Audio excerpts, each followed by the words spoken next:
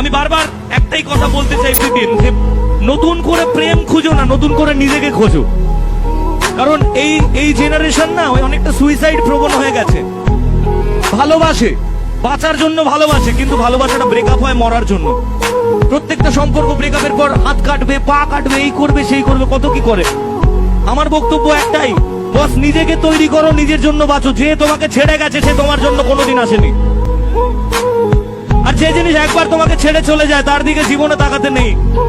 কারণ কথায় আছে, যেদিন তুমি হেসেছিলে সেদিন আমি কেঁদেছিলাম, যেদিন তুমি হেসেছিলে সেদিন তোমার জন্য আমি কেঁদেছিলাম।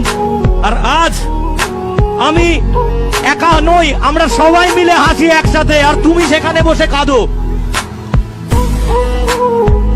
তাই একটাই কথা বলবো, নিজেকে তৈরি করো আগে। কারণ এ জীবন আমাদের বাবা মায়ের দেওয়া আর ঈশ্বরের দেওয়া, তার দেওয়া নয়।